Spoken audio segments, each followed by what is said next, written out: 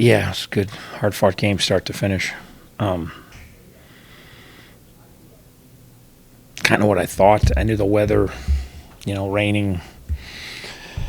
They played Toledo really tough. The only game they weren't in, they threw like a 105-yard pick, and it kind of got away from them. But they really handled Toledo physically. They outgained them by almost 100 yards and held Toledo to under 300 yards offense, which no one holds Toledo. I'd take that right now. Talked all week. We just, it's been a hard first 3 weeks. We're beat up. We had 3 starters down, and then Kellen can't go, so now we're 4 starters down going in the game. And again, to me, it's like it's a letdown game. It's not hard to get fired up to go play Northwestern, Big Ten schools. That's not hard to get. Our kids are juiced up, Not hard to go play Cincinnati at home, biggest crowd we've had here during my time, and Cincinnati and battle for the bell, and hard to get the kids, not hard to get them riled up to go to Notre Dame, Then after that, you get UMass at home, and they're 1-3, and you beat them last year, and they're not supposed to be as good. It's a huge letdown game. I thought we practiced really well. First game all year, we didn't play. Part of it's UMass, but we didn't play as well as we can play. We got to play better. We're trying to play better. There's things we got to do better. We turn over in the red zone again. We gave us some big lost edge out of our defense. There's things we know we can do better. We got to do better. But we said, can we just play for 60 minutes together? That's who we are. That's why we're good.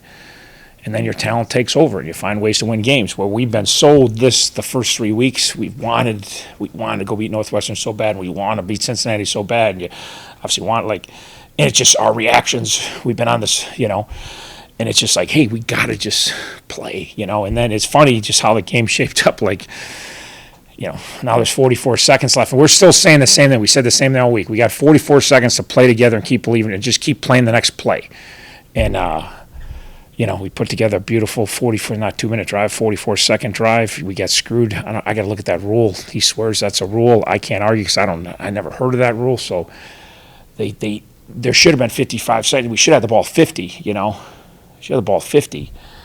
And all of a sudden, the field goal should have been 55, 56.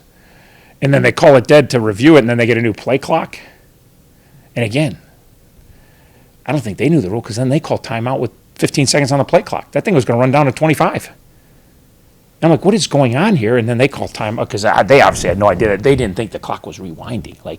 You can't run a play and the officials review it. I guess you can if that's a rule. I don't know. I got to look into it. But now you just burn 65 seconds off with one play. That's not fair in that situation. So whatever. Again, and I'm not complaining. It was like at a time I'm like, that can't be the rule. He's like, that's a rule, Chuck. I'm like, really?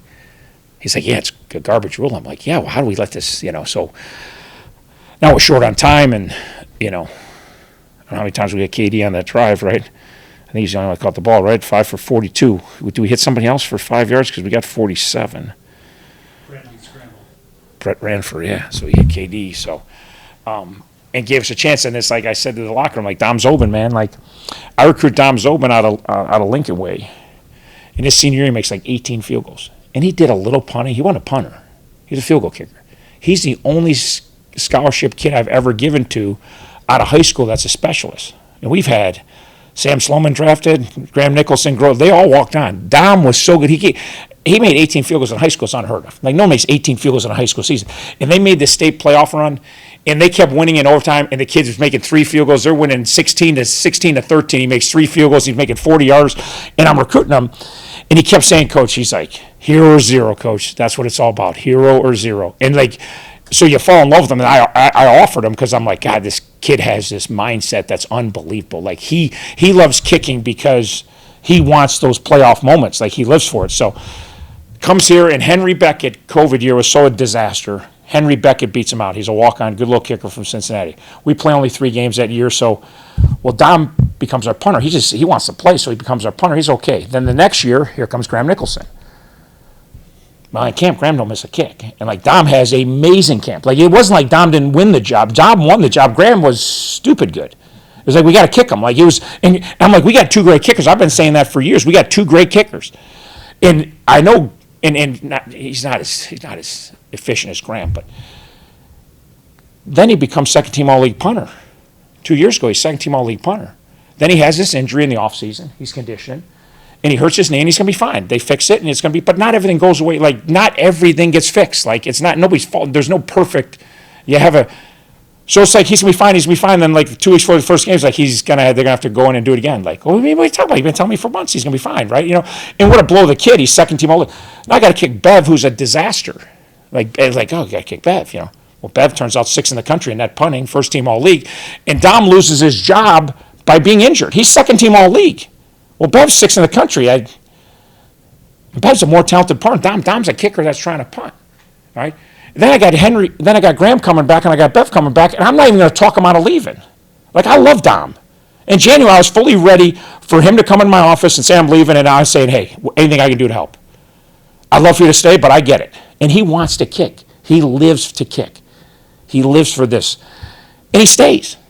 He loves Miami. He loves us. He's like, Coach, I got a couple years. I got this year. I'm going to wait him out, and I'm going to kick and punt for you. I'm like, I was looking at J-Bro at the time, who was still here. I was like, oh, really? Like, God, I love it. Now I got I got second team. I know he can kick, and I got second team all league punter as my backup going the year. Now Graham leaves. Okay, sometimes you do everything right in life, and it doesn't work out. Welcome to life, especially sports. I don't think UMass didn't do everything right today. They deserved a better fate. They really did. All right, but in our life, it's stupid. Somebody feels that way, and somebody feels this way. And he sticks it out, and then Graham leaves, and he's got to beat out Kellen. Kellen's probably more talented, to be honest with you. And Dom's really talented. Kellen's probably a better kicker. Like, he's younger, but Dom's so confident, and they were so close in camp, and I'm going to give Dom his chance. He's the older guy, and, misses one last week, kicks one low. Not that affects the game, but it's like he's got a better chance to make that one than the first quarter. I'm just telling you, that's who the kid is. We had a kid, Kyle Brins, at Notre Dame, same way. Like, Brins was a good kicker, big leg, probably 67, 80, 70%, unless it counted. Like, if it mattered, and that's who down. Like, what do you want? I'm like, I don't know if he'd make it, but this guy lives. Like, there's some guys that are dipping their toe in the water. This kid ain't dipping his toe. This is what he came back for. He's living for this. And then overtime's like, hero zero. I just kept saying, I still think about like this kid. I don't know if he'll make it, but he ain't choking. Like, this is what this kid. And again, it's just so cool. And again, I don't want Graham to leave. You know what I mean? But I always say life's, as you get older, like I am, I'm getting old. Like, it's about memories and it's about moments. And like Dom had a amazing moment for, like, hey, I'm happy for me. Yeah, I'm happy for me, don't get me wrong, but I'm really happy for Dom's open. And he deserved it in that situation, and go out there and bang, and then again bang another one, and what he's been through, and pretty cool. That's why we do sports. Would it be an understatement to say that penalties were a big part of this game, both ways? Yeah, they like to throw the flags. So they weren't there. And again, every crew's different. Some crews throw more flags, some crews less. Please don't send me a letter, league. I'm not complaining about the officials. It's just they threw a lot of flags. Like, I was mad at our punt team because they threw a flag on their punt team for lining up in the backfield, which again, my personal opinion, which no one cares about, should never be called. Just tell the guys to move up. That's it. But I was mad at our punt team. Like, once they called on them, like, guys, they're calling these little things. Like, they're calling it to the letter of the rule, which is fine. It's just like in basketball. They call it tight, you got to adjust. They call it loose, you got to adjust. In our game, they're calling it tight today. So anything extra, you got to say, you can't finish plays. You can't torque a guy late. You can't finish a block. You have to be. It was raining flags the whole game. I mean, it was amazing. It's like, what's this? There's more alignment penalties. Usually they just talk to you, but again, they were calling it to the letter of the rule. That's fine.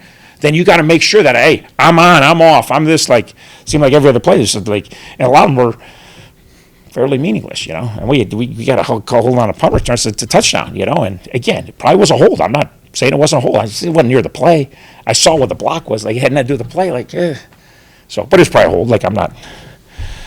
So they threw a lot of them. I prefer them to throw less, but that's why they don't ask me.